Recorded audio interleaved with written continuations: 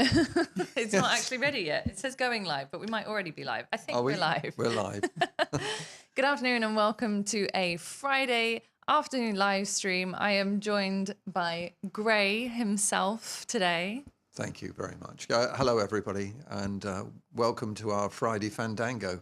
Yeah, that's what that's what it's going to be, isn't it? A real fandango. Yeah. I'm very, very excited to be doing today's topic and me too. Hearing your stories.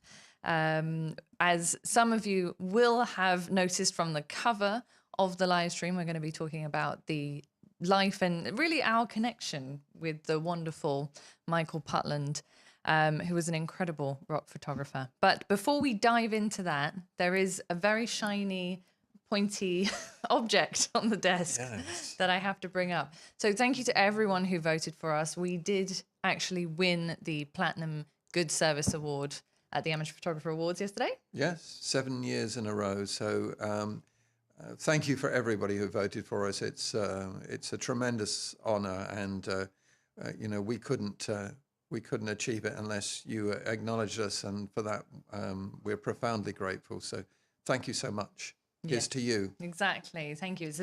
It's an award that wouldn't happen without all of your support. So really super thank you for that.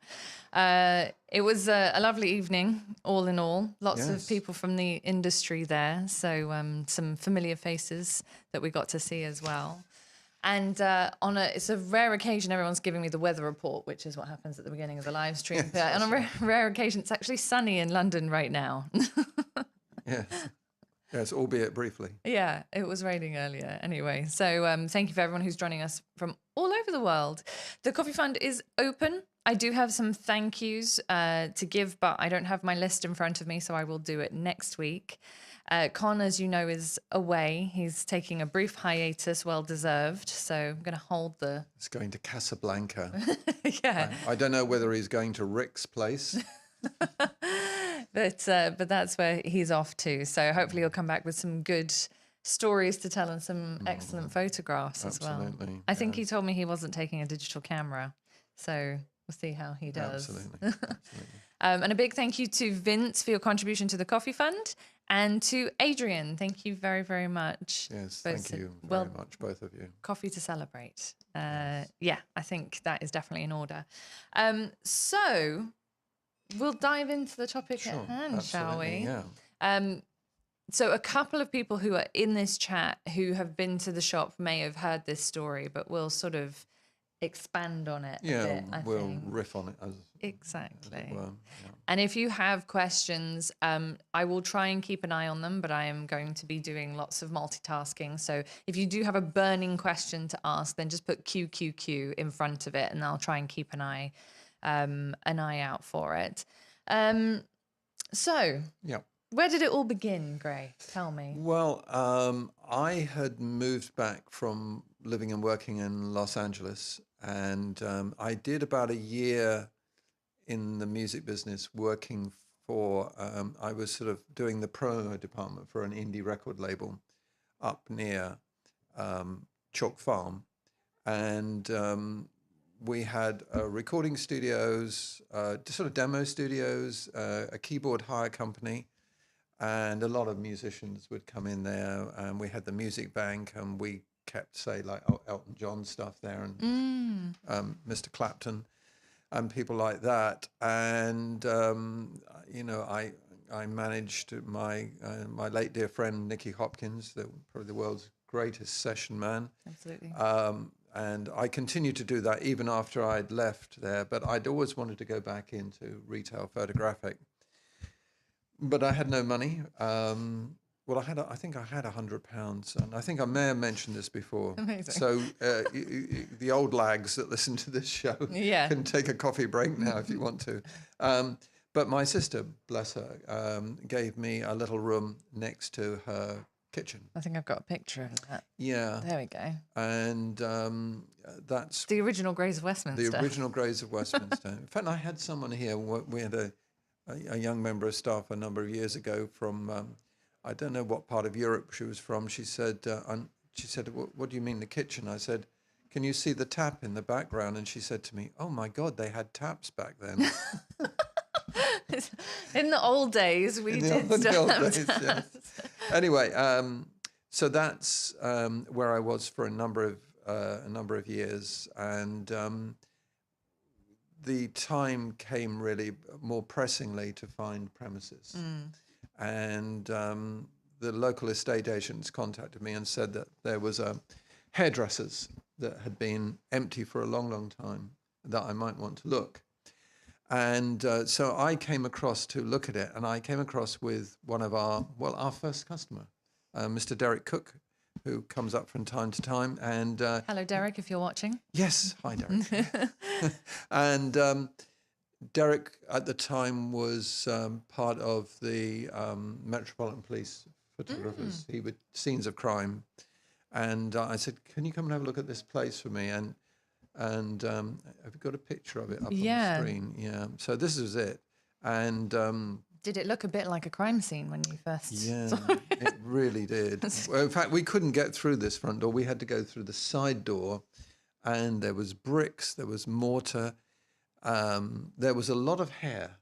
Oh, really? Yeah, and holes, and it had old-fashioned linoleum at the back, and Derek looked at me and said, "Are you sure?" Is this a good idea? And so anyway, I thought, well, I'll go downstairs. And I couldn't find the light switch, so I made myself gingerly walk down the steps. And when I got to the ground floor, I put my foot down, and the floor was very spongy.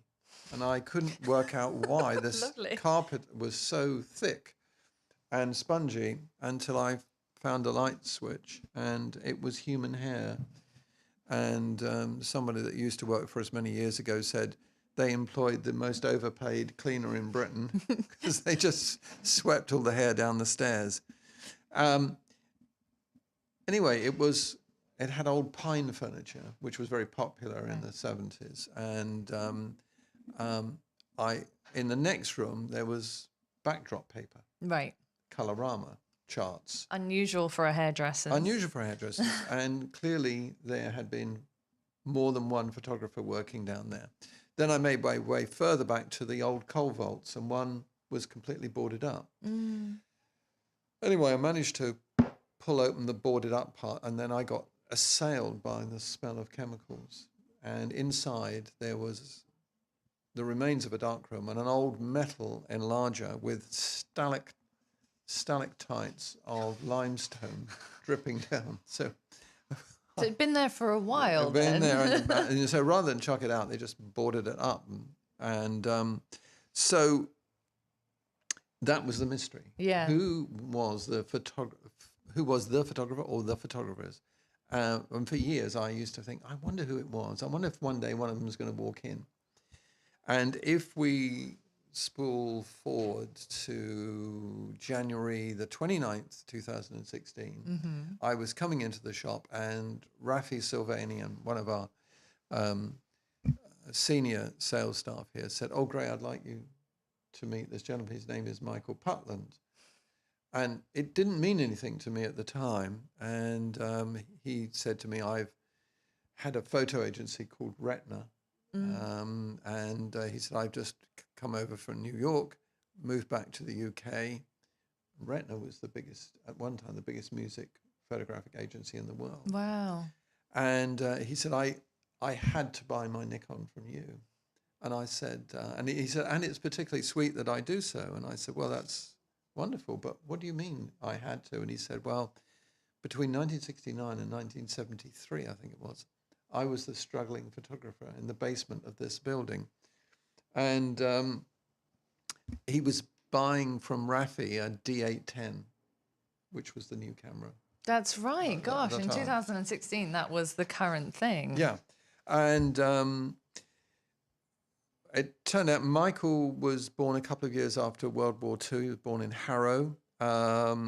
He'd worked for a couple of photographers, including the Time Life photographer Walter Curtin, and the motor racing legendary photographer Louis Klamentaski. And he'd worked locally as a printer just down the road, right, at a place called Sound Still Studios in Morton Street. which is just around the corner. In fact, It was just around the corner it from where I it was just around the corner from where you started. in Morton Terrace. Wow. 2 minutes away. And in fact, when I was looking for premises, Sound Stills had closed down by that point or moved somewhere else, and I went to look at that place. So Grays of Westminster could have been in the location of Sandstill Studios, but it That's ended right. up here. Isn't that so funny? That's right. In Yeah. fact, when we did our little walk, we did, I think about a year ago it was Yeah. now, possibly even earlier. I'm not sure. Time has no meaning anymore. It just goes so fast. But when we did our little walk of that area, we passed it, did we? We did walk down there. Yeah, Yeah. absolutely. Lovely. I have to just say before I lose the thread here, but I have to say a massive thank you to Jean, St. Louis, and Jeff, and Ian for your contributions to the Coffee Fund. And a hello to Robert Falconer, who said, "Good morning, Gray and Becky from Vancouver." Robert, how lovely. I know we're going to be doing something with you later on this year, and which will be fabulous. We've known Robert a long time, and he's been contributing to Nikon Owner magazine, really, since saber-toothed tigers roamed the earth. And he's a fantastic photographer, fantastic writer too. So we're really looking forward to that live stream with him. Absolutely. Yes. So Soundstill Studios, which was there. So did he go from here to there? Was that? Or no, he was there. He was there first. He was there first, and he, funnily enough, his connection to the Rolling Stones started even back then, because next door to them was, I think, a boutique.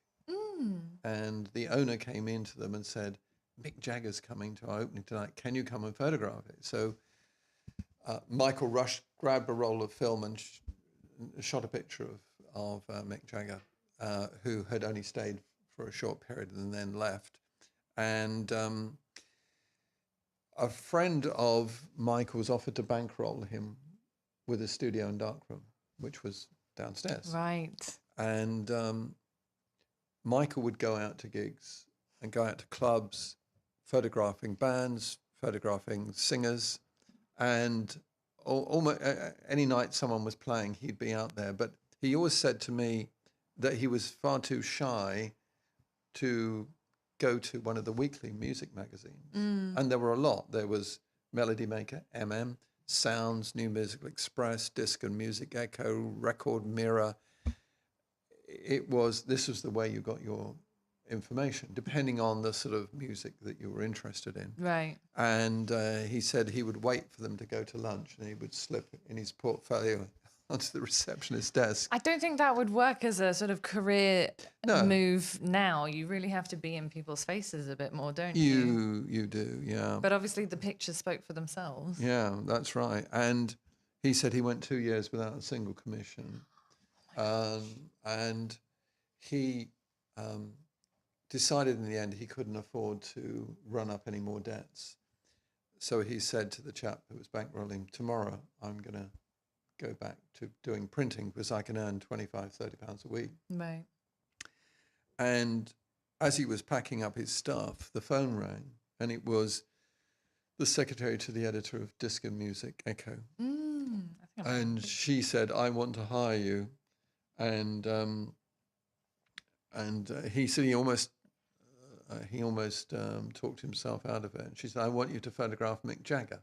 It was Right. I think interesting, isn't it? It's like right at the last minute when he's ready to throw in the towel. Yeah. He gets a big name like that. And he lands the front cover. And in fact, I tracked down a copy of this original issue, and there's That's amazing. Mick on the front there. And landing that front cover obviously did a lot for his self-confidence, and they were pleased with it because the following week he photographed someone else who's not quite so well known now, but were big at the time, which is Dave Cousins of the Strawbs, Right. who had a number of big hits in the 70s. It started, and in fact, he asked me if he could go downstairs and look at his former place. And he said, Well, Probably looked a bit different. it did look a bit different. He got quite emotional. He said, "Would you mind standing over there?" I remember that, Do you actually. remember? When And I said yes, and he said, "That's where I photographed Alice Cooper." It's amazing. And In fact, I think I've got. So this is a picture. This is not his first visit, but it is. It was a visit when he had brought out his book, which we'll show in a second. There it is, and I'll show it on full screen. There you go. Which is a phenomenal book. I don't know if it's still in print even. well, you can certainly buy it on Michael Putland's website, and the copies, we had signed copies at one time, but they completely sold out. Yeah, that's right. I've got a couple of copies here, but I'm not selling them. They're from They're posterity. for posterity forever. Yeah. So he came in, and this was much later. I remember after he'd been in many times, and he had you stand on the other side of the second-hand department opposite. So for those of you that have been to the shop in person, you'll know. In our second-hand department, we've got a sort of large central table. As you come down the stairs, we've got a display cabinet, and on the other side of that was where he had you stand, was it? That's right. Yeah. And he, as I said, he was quite emotional. That's where I photographed Alice Cooper. That's where I photographed Mark Bolan of T-Rex. And depending on your age, T-Rex at one point were massive. I mean, Beatles level fame. And Mark Bolan had come out of a band called Tyrannosaurus Rex, Right. who were widely promoted by John Peel, and they would sit cross-legged, and one played bongos and Mark strummed away on the guitar. And some people have said his voice was like Larry the Lamb. But anyway, he decided to go electric and had these massive hits. And I think we've got a photograph of We've got a picture of Alice. T-Rex. We've definitely got. Is that That's those? the one, Those there they are. Yeah, and this is the sort of second incarnation of T-Rex. The chap on the left is Mickey Finn, and before that he had a chap called Steve Peregrine Took. Wow. Very Lord of the Rings. Yes. and Not his real name, surely. Considering I doubt it. I don't think he's from the Took clan. No. So that was photographed downstairs. Wow. And We also had. Was this one also? This is Alice Cooper. Was that photographed downstairs? See the can of, I don't know if you can see it, but he's got a can of Budweiser in his hand. Budweiser wasn't available in the UK, but somehow Michael had a connection to one of the US Air Force bases, and he was able to do a deal with them for some Budweiser to make sure that they kept Alice in a good frame of mind. For the pictures. Oh my but goodness. if you get the photograph of Mark. This one. Yeah. Yeah. Now, this is an interesting story. That's Mark Bolan with his bodyguard / miner, Alfie. Yeah. Who was a sort of Jack Reacher of his period. Seriously. And Michael said that he was rushing over to shoot Mark in the studio, but he knew he had to pay his builder for some work. And by the time he got to the bank closed. And he came in, and the builder wasn't very happy, and there was a bit of, which was very embarrassing, Maybe a bit of confrontation.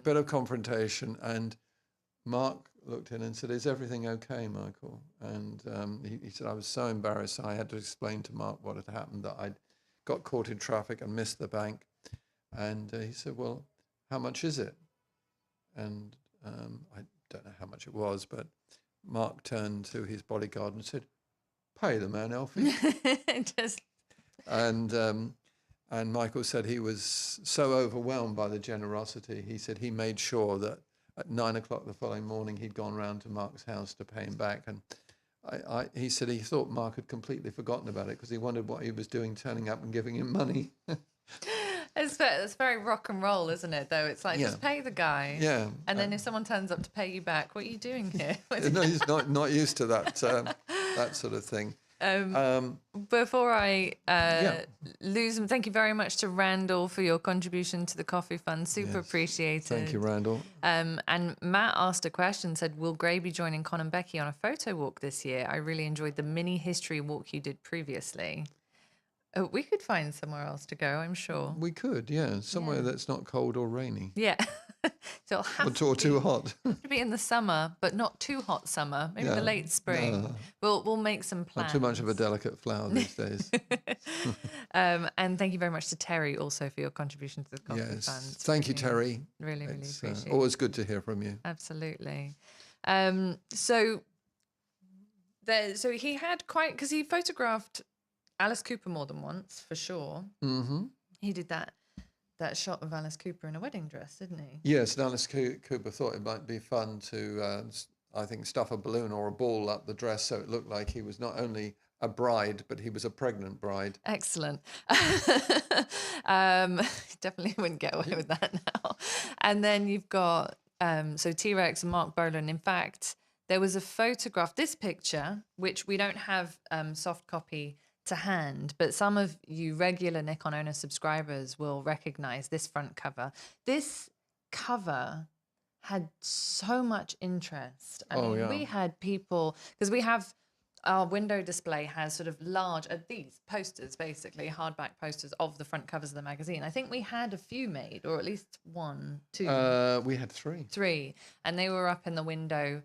And people would walk in just based off the iconic image that was that. That's right. And in fact, the chap who plays Mark Bolan in a tribute act, T-Rex to see, contacted us, and I got Michael to sign a picture for him, for his collection. But we had so many Mark Bolan fans turn up outside the shop to have their photograph taken, and I don't know if you can see here, but Mark is holding Michael's Nikon F. I was going to say, that's and, Mark Bolan's camera. And he said he'd set up the exposure for Mark. He'd set up the exposure for Mark, and he said, well, now all you've got to do is focus. And Mark Bolan said to him, I have people who focus for me. Actually, all he has to do is push the button. I didn't even push the button. Obviously, the life suited him, didn't it? I think he loved being a star from all accounts. Oh dear. This, as I say, this issue, we don't have physical copies anymore. But if you are a subscriber, you can get hold of it. All of the issues are downloadable. 77 of them. 77 issues. Download as part of your subscription. And this issue actually has an interview with Michael. There it is. I think I transcribed this interview that you did. So I've read it and I've heard it when you were going through it. So anyway, it is such a beautiful article, just also because it was when he was still taking pictures. And I think I've mentioned on a live stream before that myself and Gillian, we went to one of his exhibitions up in Camden. You did, yes. And it had all of the shots in there. I mean, people that I had no idea he'd photographed, but they were all up on the wall. And he's such an unassuming and humble, truly humble, humble man. Yeah. Vahan said, did I hear rock and roll on the Grays live stream? Yes, you did. You did, absolutely. So then he kind of, did he go on tour with bands, or did he just sort of? He did. His wife, his widow, Sophie Putland, who we have a very close working relationship with, because we feature Michael's work in every issue of Nikon Owner, and Sophie Putland has always been very generous. She sent us so many pictures, which I wish I could show you them all, but we simply don't have the time. But he toured with the Stones extensively. He toured with people like the Carpenters. And in fact, I did have a picture of him on the Carpenters plane. This is a terrific shot of Jagger in action. Amazing shot. Isn't it? Yeah. That's right. I saw that picture of him on the Carpenters plane. Yeah. There. living the high life. In fact, I And think this is one with his Nikon F that's right. at a Stones concert. Yes, I think that was somewhere in Europe, Michael said. But there he is with his black Nikon F, Wow. which was the camera that every pro seemed to have, 35mm SLR at the time. Amazing. Um, And then that must be that's his Stones pass. Wow. I love the full moustache and beard. Yeah, and everything. He's very much like a cavalier. Really. Yeah, absolutely. Yes, so I mean, I can just give you an idea. I'm just going to read out things. So AC/DC, The Beach Boys, Jeff Beck, Beach Boys, Black Sabbath, Blondie, David Bowie. In fact, before Bowie became a big star, he was invited to go and photograph him when he was living in this place. I'm trying to think something hall it was. He was living there with the rest of the Spiders from Mars. In fact, our good friend Woody Woodmansey, who was the drummer, was there, and they felt that Bowie might be on the cusp of something happening, and he just played the Friars Club in Aylesbury, and Michael turned up at his door, and he was still in his stage clothes, and he had a paintbrush in one hand. He said, "Do you mind if I finish painting the ceiling?" So you do. He took all these pictures of him, which were when David Bowie sadly passed away. The demand for them was huge. I'm not going to be able to see that on this small screen, but it's actually, and all the glare, but it's actually that shot right there. Yeah. He's still in his glad rags. Well, it was in huge demand when he passed away because it was those ones with the paintbrush and a cigarette in the other hand are unposed. Yeah. This is before... So candid. A formal studio or even a live thing. Wonderful. So it goes on. Johnny Cash, Cher, Eric Clapton, Leonard Cohen, Alice Cooper, Crosby, Stills, Nash and Young, Miles Davis, Deep Purple, Bob Dylan, Rod Stewart, Fleetwood Mac, Jimi Hendrix, Michael Jackson, Elton John, B.B. King, The Kinks, Led Zeppelin, John Lennon, Bob Marley, George Michael, Kylie Minogue, Dolly Parton, Pink Floyd, the wonderful Pink Floyd, The Police, Prince, Queen, The Stones, Diana Ross, Slade, Bruce Springsteen, Sting, Tina Turner, Scott Walker, sadly missed, Wham, The Who, Stevie Winwood, Neil Young, yes, Frank Zappa, and this is not the full list. It's phenomenal, actually. Did you tell me once that you were at the same concerts but never met? Yeah. In fact, I said to him, because when I was talking to him that first time and I suddenly saw some of his pictures, I remembered seeing his shots because I used to buy the music papers every week, and and I was doing some rock photography, and I used to see his work, and he was my photographic idol. I thought, my God, I'd love to have that sort of a career. Yeah. Not realizing one day, we would get to know each other and establish a relationship, and we were talking about certain concerts, and we found out we were both shooting at the same concert, and we'd not met because obviously all our attention was on shooting. All I ever remember was, I got thrown off the stage at, I think it was the New York Dolls, and heard it here first. Wow. Yeah, so it's not the full list, and also he didn't confide himself just to rock music, because later on he photographed a lot of jazz people, and he worked with a wonderful hair and makeup artist, a good friend of ours, Lorraine Milligan. That's right. Who we've got to know in the last couple of years, and we, in fact, for regular viewers of the channel, might recall that I was glammed up one day by an amazing hair and makeup artist, and then she took my photo and we did a whole video on it with an interview with her, and that was Lorraine, and that was I think we only met her after Michael had sadly passed away, which was such a shame because it would have been so nice but she's been over many, many times since. She has, and we're in regular contact, and And if there's any ladies watching and you're about to get married and you want a hair and makeup artist Oh, she's supreme, absolutely. then look up Lorraine Milligan. She's amazing. Yeah. Yes, so he photographed a lot of jazz artists. Yeah. I think I've got a shot. Miles Davis. I'm gonna skip my sequence that I put here, but that's Miles Davis. Yes. Gosh, such a great shot. And that was in 1986. Now I want. You got Moondog there. I do have Moondog. This is an incredible shot because it's so painterly. It is. It's like a Rembrandt or something. It really is. And Moondog was a blind musician. He was a street musician, and he used to dress up almost like a Viking, and he'd stand on the street corner, and he would play all these different instruments. And in the back issue of Nick on Owner, I talk about his life story, and the first I got to hear of it was listening to, the late DJ John Peel, and I had one of Moondog's albums. An extraordinary character, and perhaps the only sort of person you'd find on the streets of New York.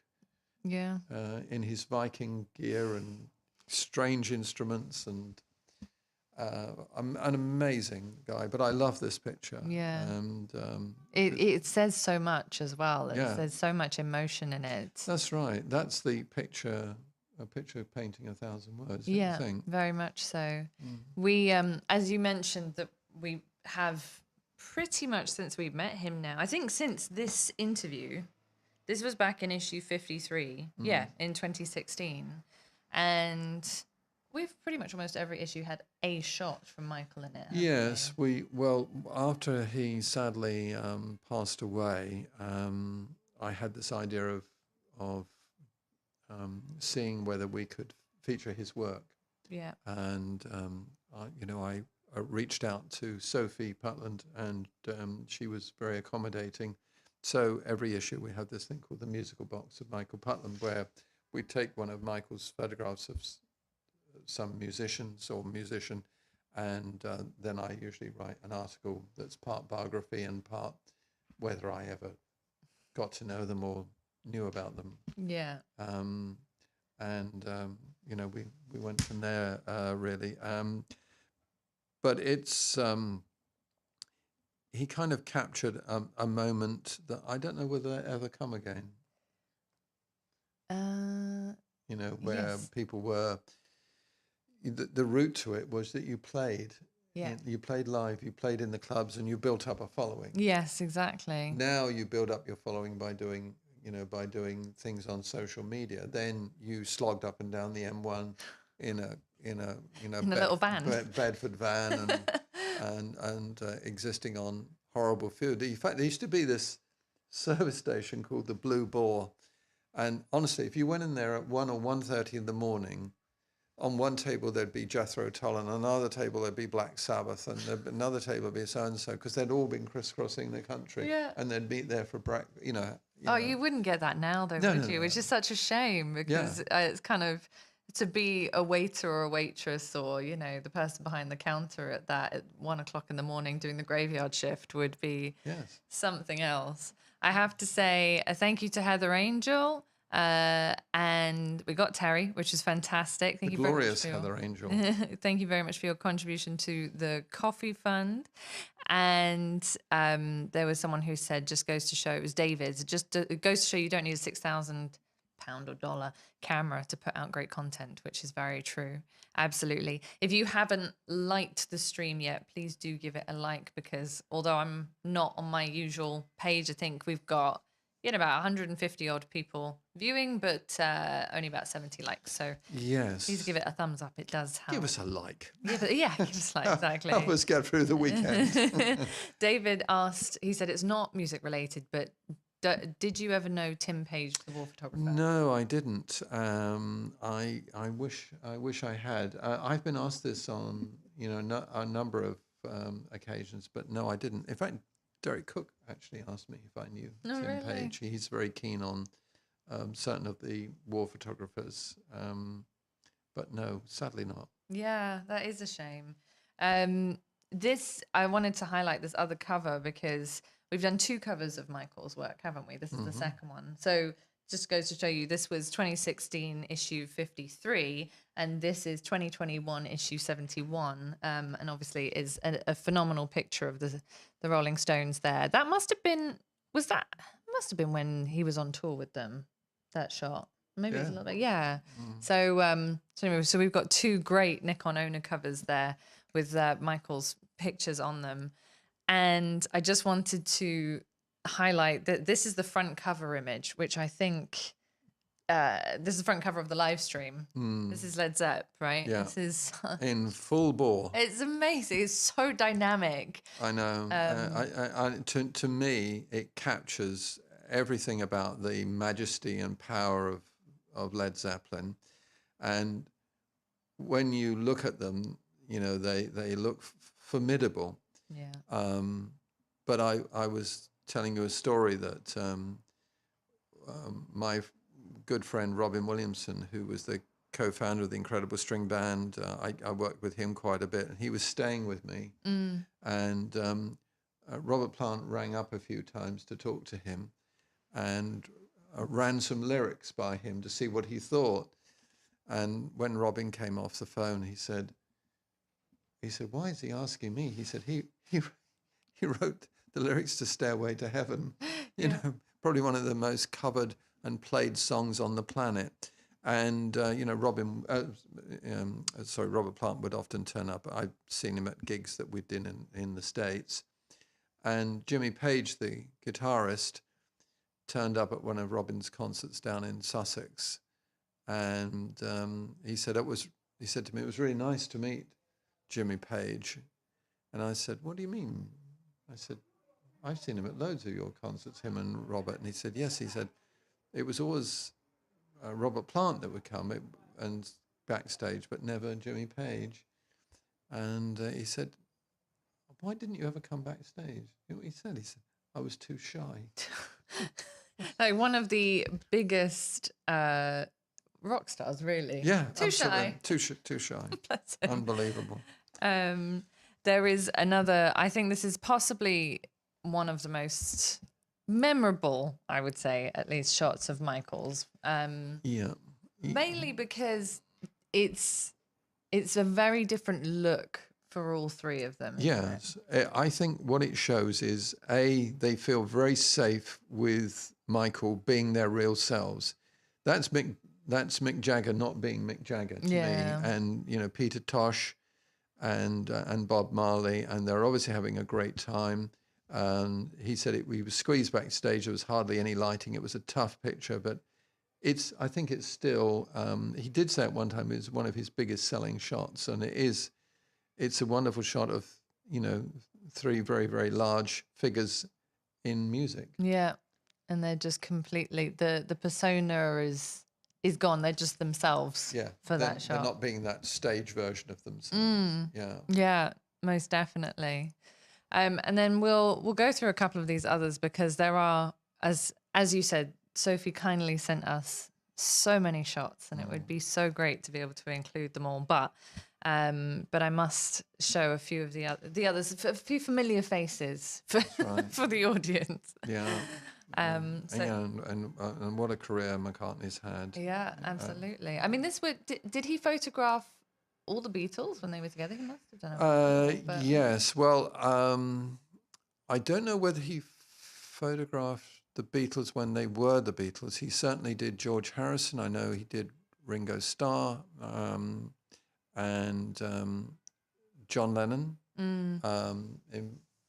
In fact, there's one of the stories was that one of the newspapers he was working for wanted him to go to John Lennon's place when I think he was living in Surrey.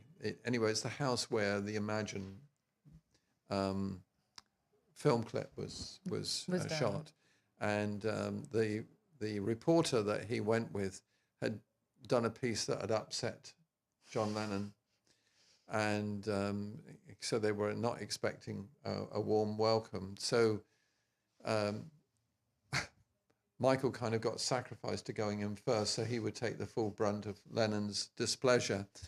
But apparently, Michael had met John Lennon some days before and spent an afternoon shooting him. And when he saw Michael, he threw his arms around him and gave him a big hug and said, "You can come in, you stay there." And finally, he allowed the guy in. So, I think that shows a lot of how Michael was, that he was not a threat. Yeah. They knew this was someone they could trust. Exactly. Someone who would try and get the best out of the photograph. That's right. Rather than something that might be more sensational or less complimentary or flattering, but would make the photographer more money. He was all about very much so. making his subjects very comfortable. I remember after he'd sort of moved away from doing rock photography and was doing a lot of jazz musicians. I'd mentioned that I'd done some classical musicians, and that was always something that really interested me. He'd say, "Oh, how's the concerts going?" It was like he really, really loved music in all its forms. Oh, completely. And that kind of shines through. We also have this terrific shot here of very early, I would say. Well, it says 1972 Elton John. Yeah, very pensive shot, isn't it? Yeah, and just captured a moment, which is part of his skill, really. Yeah. Of capturing an artist that in a way that is not the normal posed shot, but very informal. You don't know. You kind of have to add your own contribution to it. What was he thinking? Yeah. Was he writing lyrics? Was he puzzled? Was he scratching his forehead? You just yeah. Did you just have an itch? you just don't know. Then we have the Clash. Yes, the Clash. Yes, looking very intimidating. Yes, yeah. But again, I think it was one of those things where I think Michael said something. I don't know if they were that keen on having their photograph done, but I think he did a deal where he bought them all new boots. As you do. The way to a man's heart is through his boots. And obviously, Clash were one of the biggest bands of that particular period. Yeah. And were around the Camden area. I remember having lunch one day from the record label where I was working, and the Clash was sitting at another table with Joe Strummer, and I think the second incarnation of the Clash. But there they all are in their youth and the hunger for fame. Yeah, absolutely. So how did he go from, because you said that he owned Retina. So because that was an American company first. Yeah. Well, no, he set it up. He set it up in the States or in London? And he set it up. Well, in 1977, he went to New York. He set up Retina first there and then an office in London.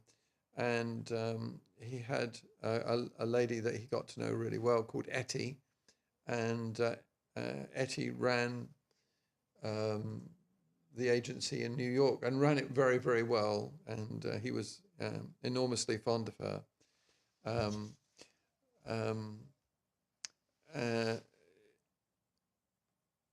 I think it's probably changed hands a few times, as photo agencies do, because I think it was sold to another photo agency that absorbed it, and he could then really, I guess, do what he wanted to do. Yeah, kind of gave him a bit more freedom, I suppose. Yeah, I think it probably did, and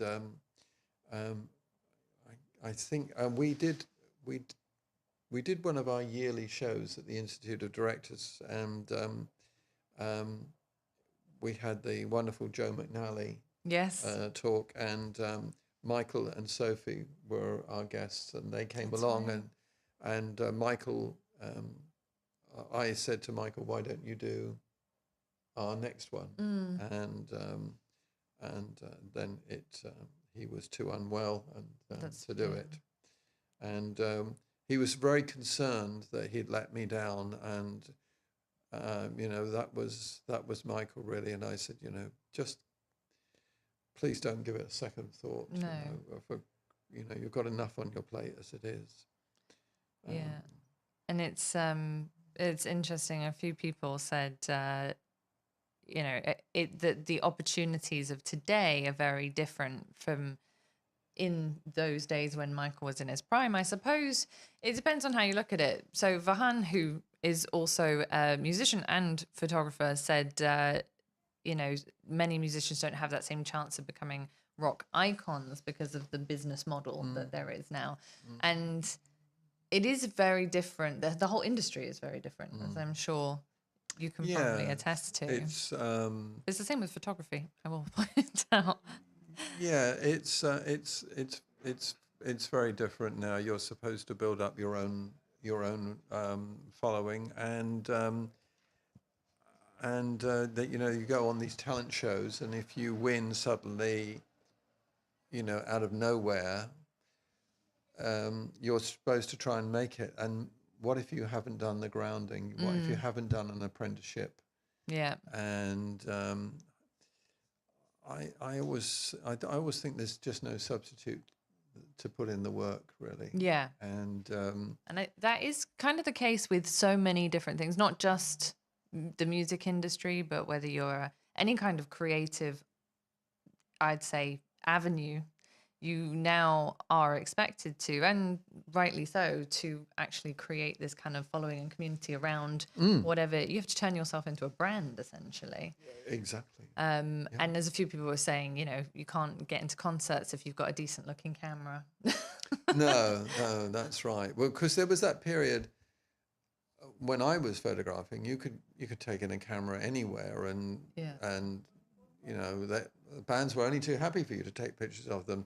Then the 80s came, and it was, the minute the music starts, you've got 3 songs, no flashes, and then you're out. And the reason I was told was that in the 80s, all the glam bands came out, and their makeup would run. Oh. So they didn't want to, you didn't want to have a 300mm lens that focuses on every pore. Yeah, Duran wouldn't appreciate the melted makeup, the look, and then it was, hand over your photographs and we'll see which ones we are allow you. So there's it's very controlled. It's very controlled now. Absolutely. About will be 10 years ago now. I got into Wembley, actually more, nearly 11 years ago. Got into Wembley and I had a D3000 something, 100, I think, and an 18-200, and somehow I got in no problem with that, and I managed to be at the front, and I photographed Take That. No judgment. It's very different. I love Take That. And the shots from that, obviously I took that camera because it was the smallest camera I owned, actually, the D30-100. Right. And phone cameras, they weren't very good at that point, and I didn't think it would do it justice to take my iPhone, or I might have not even had an iPhone at that point. I can't remember. But the shots were genuinely, they were magazine worthy. I was very, very pleased with them. They were only for my enjoyment, and I'm still amazed that I managed to do that, because a couple of years later, I couldn't even bring in a Nikon 1 because interchangeable lenses were a big no-no. Dave Walker said, did you ever get involved with the punk scene in the late 70s? Yes.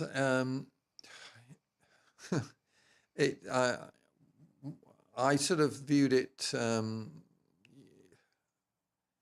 it was a big departure from all those, progressive bands where they'd play for, half an hour, one track, to this very fast moving, and there were good and bad, really. One of the bands on the label that we had at the independent record label was a punk band, and I thought they were dreadful, absolutely dreadful. And so, I just said, look, if I'm going to promote somebody, I can't do it. Yeah. I can't do it without my heart being in it. In fact, I learned a very interesting lesson because one of the record producers there was called Scobie Ryder, and Scobie was and is a very, very talented music producer and musician and all-round clever guy. And he said he'd been trying for 6 months to get an interview with the head of, I think, Polygram at the time, which was either Polygram or Polydor, huge label. Right. And finally, after beating down the door, he said, come with me to the thing. And we walked into this guy's office, and the guy said, Scobie, I'm sorry it's taken so long. And he's a real hard Glaswegian. And he's looking around the office, and he sees this picture of Simple Minds on the wall. And he goes, Simple Minds? He said, they're not on your label, are they? He said, no. He said, I just loved that band. He said, I would have done anything to sign them. And they signed with somebody else. And Scobie said, okay, thanks, and walks out of his office. And I go, and the guy goes around and said, well, where are you going? I thought you wanted to play my records. He said, you couldn't sign the band you most loved in the whole world. He said, what chance have I got? Goodbye. It's a really, really good point. Yeah, exactly. Oh, wow. Thank you so much to Yaman for your contribution to the Coffee Fund. Yes, thank you so much. That's very generous. Really appreciated. And so Chuck from AP Studios, hi Chuck, thank you for joining us this afternoon, said, Gray, were you more interested in the artist or the music of the time? You seem to have such a connection with individuals. So is it the person or the music? Ooh, well, that is a really good question. I think it would have been, say, the music that drew me first. And then if I had the good fortune to get to know them, and they turned out to be as nice as I thought they'd be, then that was a plus point. Yeah. You know, as you probably know, I met a very young Kate Bush several years before she had a hit record, and you know, she was and is a sweetheart, and when she played me some of her music, it was clearly this was the work of a considerable talent. Yeah.